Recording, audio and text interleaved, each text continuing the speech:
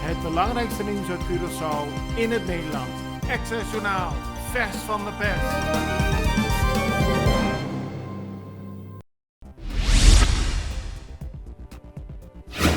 Curaçao en Bonaire hebben de afgelopen week te maken gehad met een flinke stijging van het aantal coronabesmettingen. Gisteren waren er op Curaçao 205 actieve besmettingen tegenover 70 een week eerder.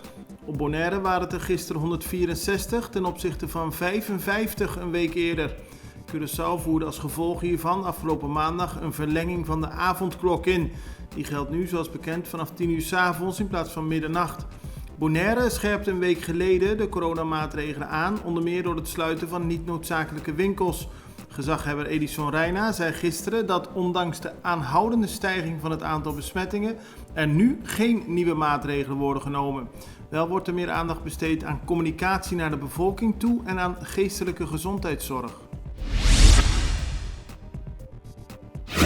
Onbekenden hebben gisteren op een huis geschoten in de wijk Koraalspecht. Het gaat om een huis in de wijk Kaya Lando.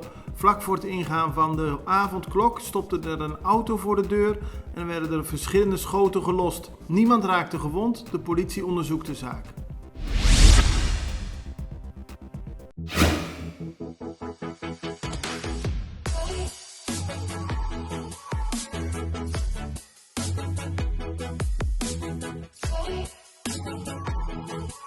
Ora bocabi trem automaticamente bota em roupa e hamburger.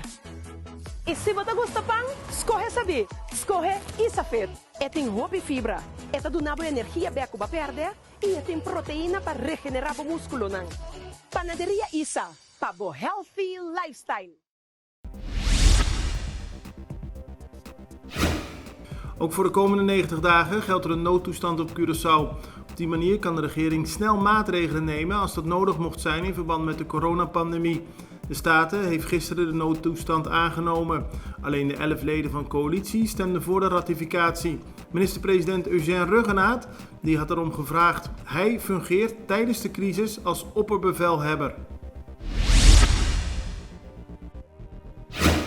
Zoals bekend heeft de overheid afgelopen vrijdag een akkoord getekend met Digicel voor de levering van high-speed internet naar alle scholen op Curaçao.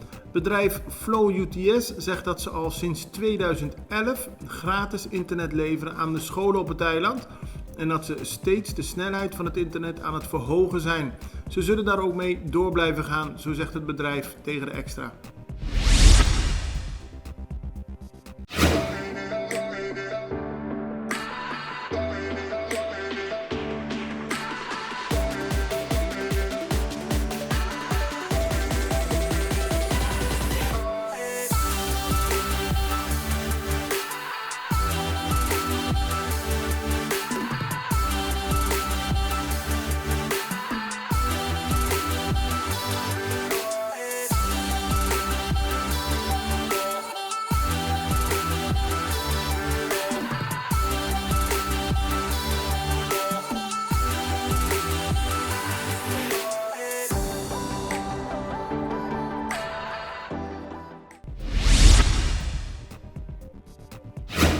Goed nieuws voor Curaçao. De bekende oceaanonderzoeker en natuurbeschermer Fabien Cousteau gaat een onderwateronderzoekscentrum op Curaçao bouwen, maar wel in de oceaan.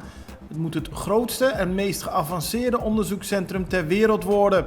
Momenteel maakt Cousteau een verkenningstocht in de buurt van Santa Barbara om de exacte locatie te bepalen voor het station, dat waarschijnlijk begin 2024 af zal zijn.